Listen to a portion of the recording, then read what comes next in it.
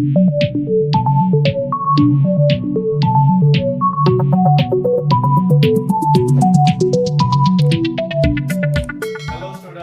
How are you?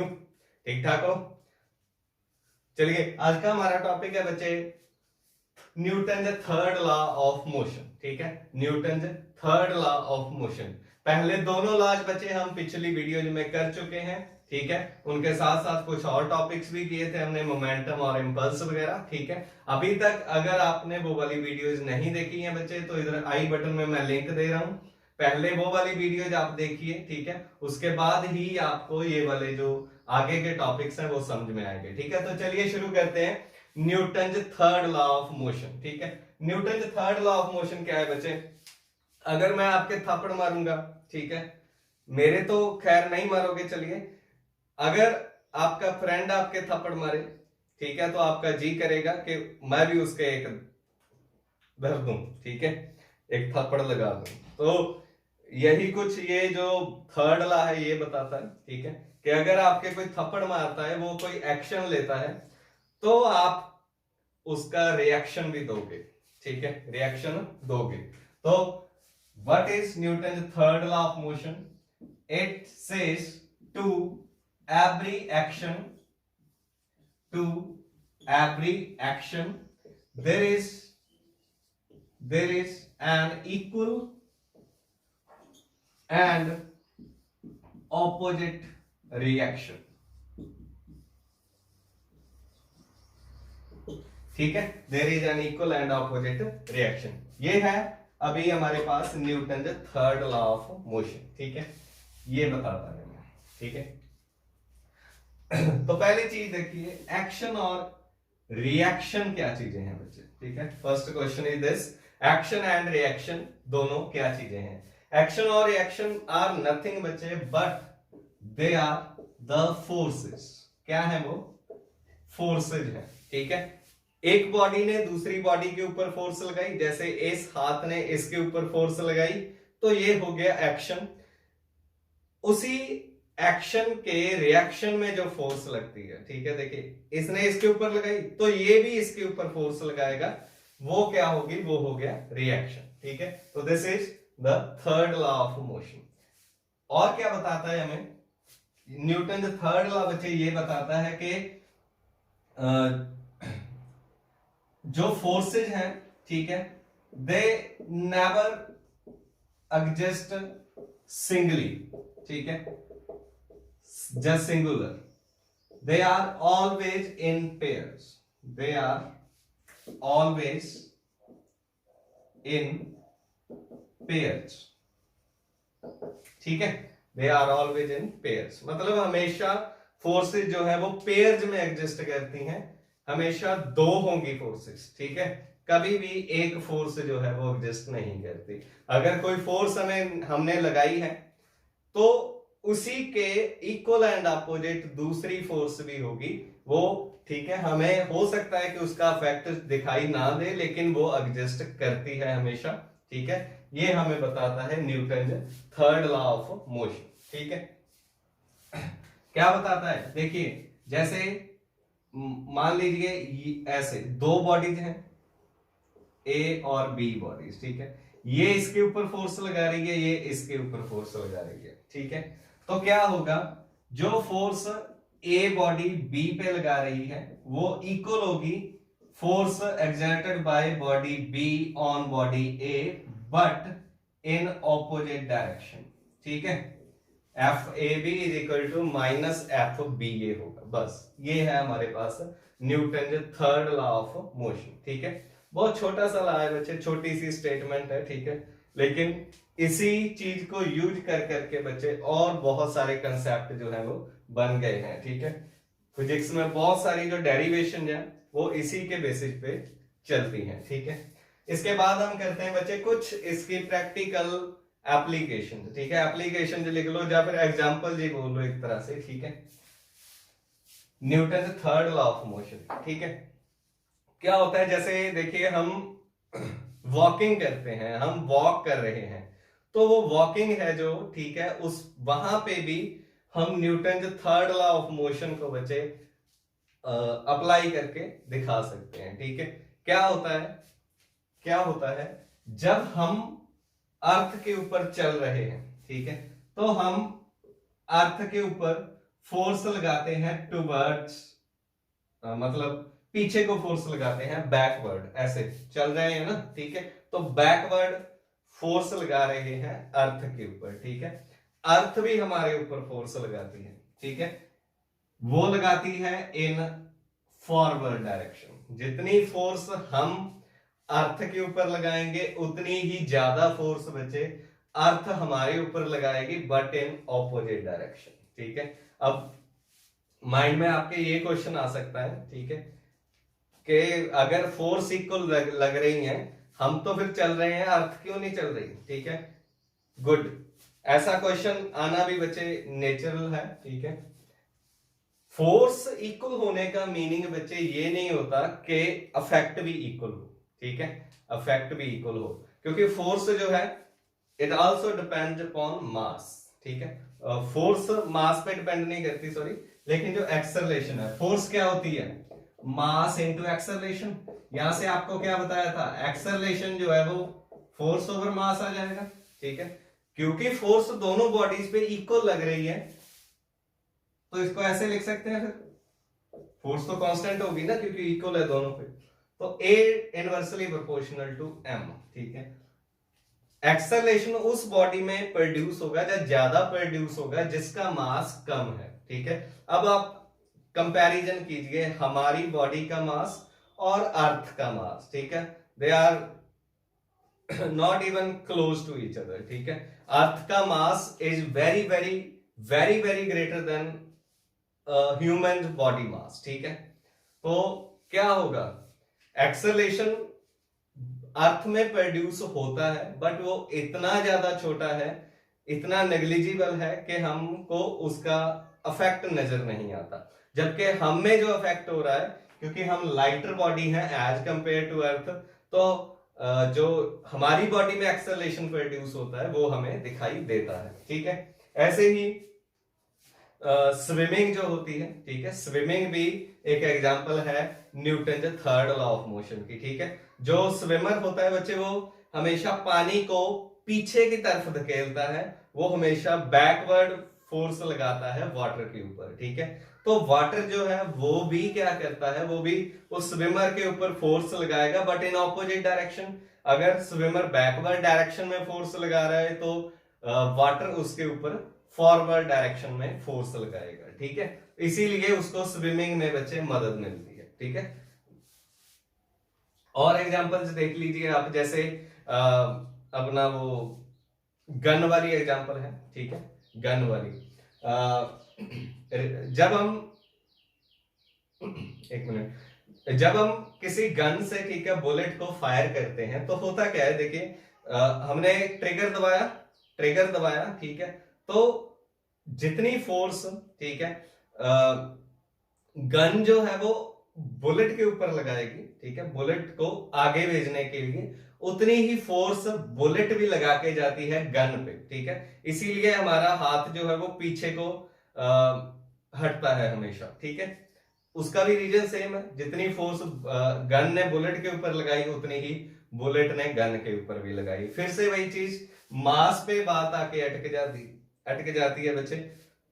अब bullet का जो मास है वो गन के मास से कम होगा हमेशा, ऑब्वियस। ठीक है, इसीलिए जो बुलेट है वो तो बहुत ज्यादा दूर जाके गिरेगी, लेकिन जो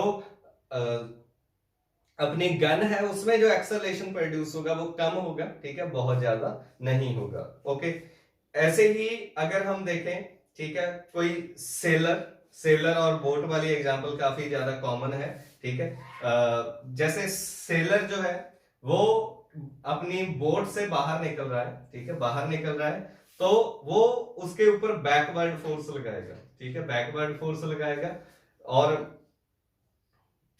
जो बोट है वो उसके ऊपर फॉरवर्ड फोर्स लगाती है। ठीक है, ये थी बच्चे कुछ थर्ड लॉ ऑफ मोशन की एग्जांपल्स। ठीक है, और भी बहुत सारी एग्जांपल्स है, there are lot many examples. ठीक है, तो और जो एप्लीकेशन जो है एग्जाम्पल जो है वो इसी वीडियो के डिस्क्रिप्शन में मैं लिंक डाल दूंगा, वहां से आप जाके पढ़ सकते हो अगर कोई मिस हो गई है। ठीक है, तो ये था बच्चे हमारे पास थर्ड लॉ ऑफ मोशन। ठीक है, इसके बाद नेक्स्ट टॉपिक है आपका इस चैप्टर का लास्ट टॉपिक है बच्चे, लास्ट टॉपिक इज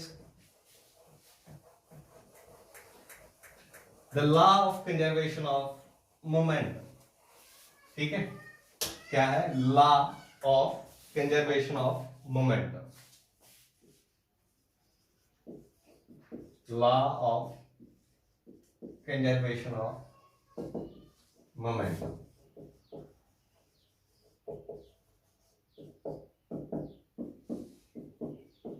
ठीक है, law of conservation of momentum का मीनिंग बच्चे, कंजर्वेशन का मीनिंग क्या होता है? कांस्टेंट होना, किसी क्वांटिटी का कांस्टेंट होना। यहां पे कौन सी चीज कांस्टेंट रह रही है? Momentum, linear momentum. ठीक है, क्योंकि एक एंगुलर मोमेंटम भी होता है और वो भी हमेशा कांस्टेंट होता है, दोनों ही कांस्टेंट रहते हैं, लीनियर मोमेंटम भी और एंगुलर मोमेंटम भी। ठीक है, तो अकॉर्डिंग टू दिस लॉ, ठीक है, ये लॉ क्या कहता है? If the net force acting on a body is zero, ठीक है, then its linear momentum always remains constant।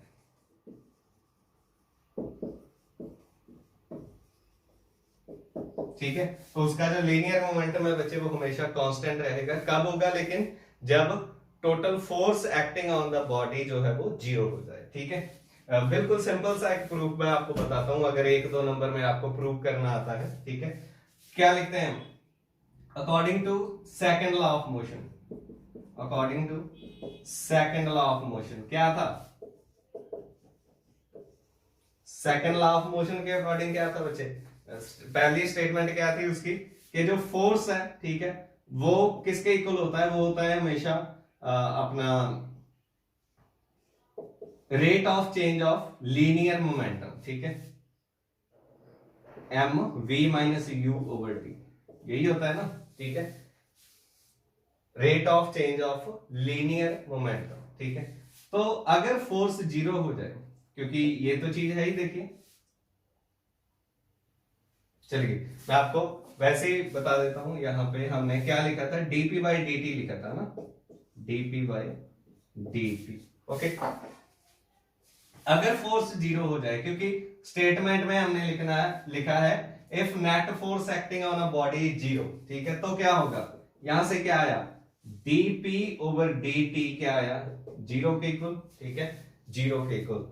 अब ये d क्या रिप्रेजेंट करता होता है? आपको पिछली वीडियो में भी बताया था, d रिप्रेजेंट करता है बच्चे चेंज को। ठीक है, किसको? चेंज को, change in momentum over change in time.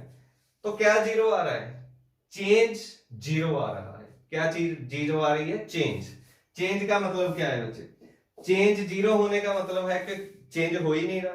ठीक है, यही है ना, चेंज हो ही नहीं रहा। इसका मतलब जो क्वांटिटी की बात कर रहे हैं वो क्या है? कांस्टेंट है। ठीक है, बिल्कुल सिंपल सी चीज है, वो क्या है?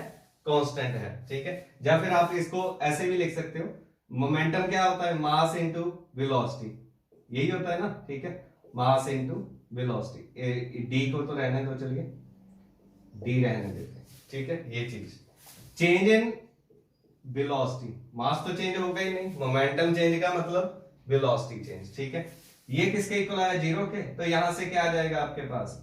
M B is equal to M U. ठीक है, जहां v is equal to U, मतलब मोमेंटम कांस्टेंट रहेगा हमेशा। ठीक है, यही है। ये तो छोटा सा प्रूफ है। ठीक है, अगर आपको लॉन्ग आंसर टाइप में आता है तो एक और प्रूफ है, वो हम यहां पे कर लेते हैं। ठीक है, ये है, यहां पे हम एग्जांपल लेंगे बच्चे कोलिजन ऑफ बॉडीज। ठीक है, कोलिजन ऑफ बॉडीज। मान लीजिए ये दो बॉडीज हैं हमारे पास, ए और बी बॉडी, इसका मास m1, इसका m2। ठीक है, ये दोनों चल रही हैं, ये क्या है? दोनों ऐसे चल रही हैं मान लीजिए। ठीक है, इसकी वेलोसिटी u1 और इसकी वेलोसिटी u2, इनिशियल की बात कर रहे हैं। और ये तब है जब कोलिजन अभी हुआ नहीं, ये बिफोर कोलिजन की सिचुएशन है हमारे पास, बिफोर कोलिजन की सिचुएशन है, ठीक है।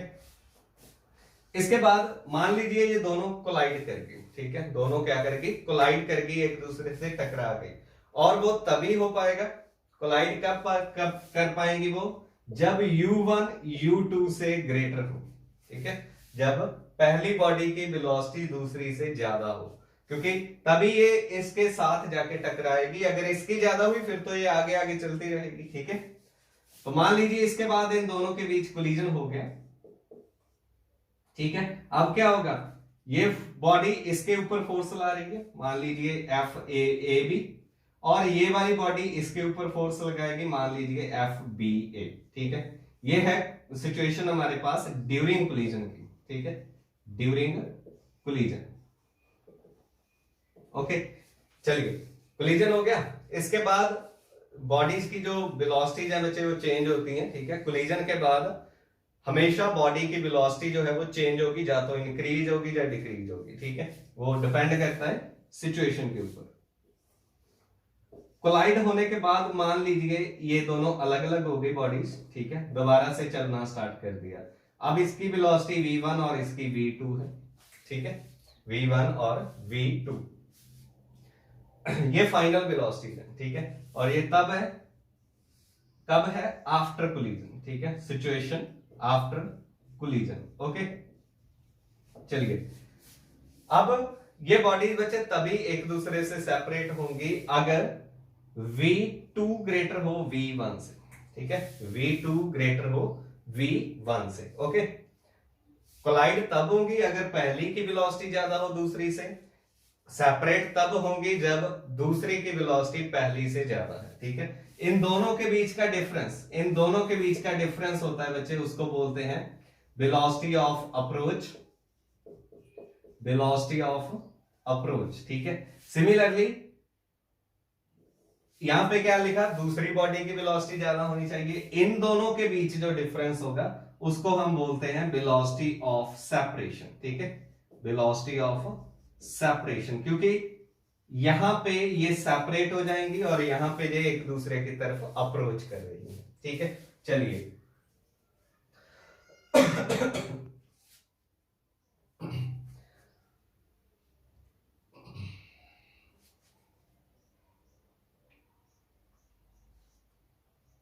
अब देखिए change in momentum of body A, change in momentum of body A, body A का जो चेंज इन मोमेंटम है बच्चे क्या होगा, मास क्या है बॉडी ए का, m1, ठीक है, फाइनल वेलोसिटी v1 है, इनिशियल क्या है u1, ठीक है। तो ये आ जाएगा, देखिए final momentum minus initial momentum, यही होगा ना, m1 v1 minus m1 u1, ये वाली चीज आ जाएगी। ये आ गया change in momentum of body A, ठीक है। ऐसे ही change in momentum, change in momentum आना था बच्चे यहां पे, चेंज इन मोमेंटम, ठीक है।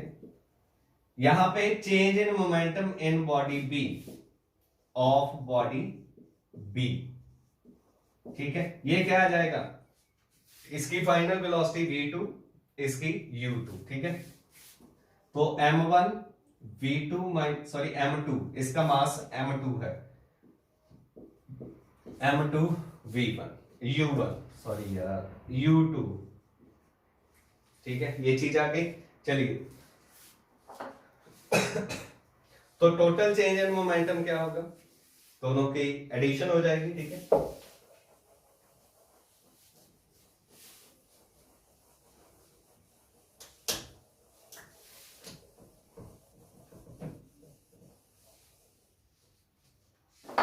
ओके, चलिए अब देखिए according to Newton third law, Newton third law, ठीक है, अभी पढ़ के आए हैं, क्या होता है, action and reaction are equal and opposite, ठीक है।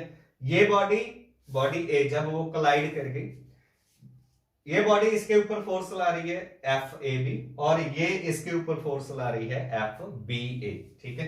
तो दोनों क्या होंगी, दोनों एक दूसरे के इक्वल एंड ऑपोजिट होंगे, ठीक है, यही है न्यूटन थर्ड लॉ। चलिए अब हमें बच्चे अप्लाई करना है न्यूटन सेकंड लॉ।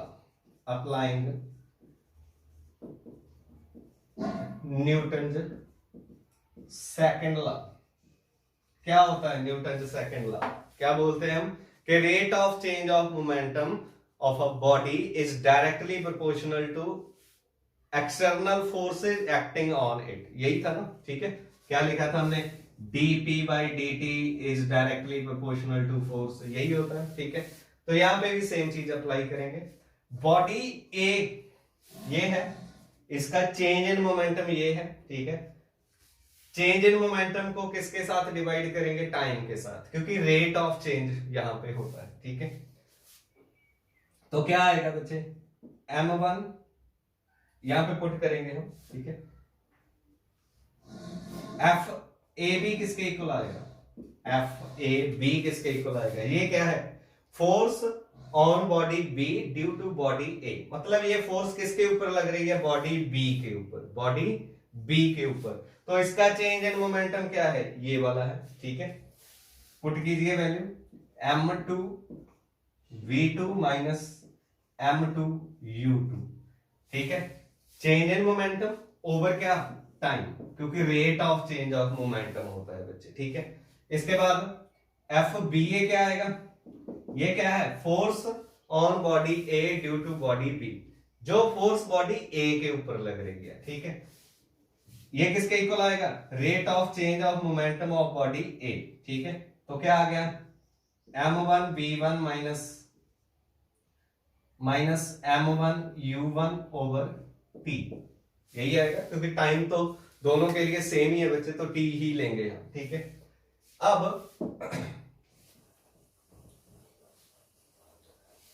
समझे ना? फोर्स बच्चे वो लेनी होती है जो बॉडी के ऊपर लग रही हो, ठीक है। तो यहां पे ध्यान रखना है कि कौन सी फोर्स कौन सी बॉडी पे लग रही है, ठीक है। चलिए इसके बाद इसको इक्वेशन नंबर 1 लिख देता हूं मैं। फ्रॉम वन नंबर क्या है? F A B is equal to minus F B A. दोनों की वैल्यू पुट कर दीजिए बच्चे, ठीक है। क्या आ जाएगा? m2 v2 minus m2 u2 over t, नहीं, हाँ सही है, इज इक्वल टू माइनस, यहाँ पे माइनस है, m1 v1 minus m1 u1 over t, ठीक है। t से t कैंसिल, क्या रह गया हमारे पास? क्या रह गया हमारे पास? m2 v2 minus m2 u2 is equal to यहां पे माइनस बाहर है, ठीक है। तो क्या आ गया? Minus m1 v1 plus m1 u1, यही आ जाएगा, ठीक है। तो इसको इधर ले आइए, उस टर्म को इधर ले आइए, ठीक है। जो माइनस वाली है इनको इंटरचेंज कर दीजिए। क्या आ गया हमारे पास? इस टर्म को इधर ले आओ, प्लस की हो जाएगी m1 v1, इधर m2 v2, ये उधर चला गया, प्लस हो जाएगा m1 u1 plus m2 u2, ठीक है। देखिए इधर क्या है? अब फाइनल वेलोसिटीज दोनों बॉडीज की, इधर है इनिशियल वेलोसिटीज, ठीक है। m इंटू v क्या होता है? मोमेंटम। मतलब ये है, इधर क्या है? टोटल मोमेंटम आफ्टर कोलिजन, ठीक है। और इधर क्या है? टोटल मोमेंटम बिफोर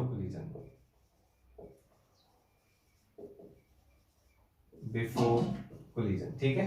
क्योंकि इस साइड इनिशियल वेलोसिटी है बच्चे, मतलब बिफोर कोलिजन की बात कर रहे हैं, इस साइड फाइनल वेलोसिटी है, मतलब हम आफ्टर कोलिजन की बात कर रहे हैं, ठीक है। टोटली बनेगा, देखिए ये पहली बॉडी का, ये दूसरी का, तो टोटल मोमेंटम हो गया दोनों को ऐड करके, ये आफ्टर और ये बिफोर। इसका मीनिंग क्या है कि जितना मोमेंटम बच्चे पहले था उतना ही बाद में भी रहेगा, ठीक है। मोमेंटम क्या होता है? हमेशा कांस्टेंट रहेगा, ठीक है। तो ये था, यही हमें प्रूव करना था law of conservation of momentum में, ठीक है। तो ये था बच्चे आपका इस चैप्टर का last topic, force and laws of motion के लिए, ठीक है। 9th क्लास के लिए सिलेबस कंप्लीट है। इस चैप्टर कंप्लीट हो गया। 11th के लिए कुछ टॉपिक्स हैं, ठीक है, वो मैं करवाऊंगा आगे। चलिए इसको आप अच्छे से कीजिए, ठीक है। जो law of conservation of momentum है, इसके बेसिस पे बच्चे आपको कंसेप्चुअल क्वेश्चन जा सकते हैं, न्यूमेरिकल क्वेश्चन भी आ सकते हैं, ठीक है। एक मैं नीचे एक और लिंक दूंगा आपको, जिसमें आप application of law of conservation of momentum पढ़ सकते हो इसी वीडियो के डिस्क्रिप्शन में, ठीक है। चलिए, थैंक यू।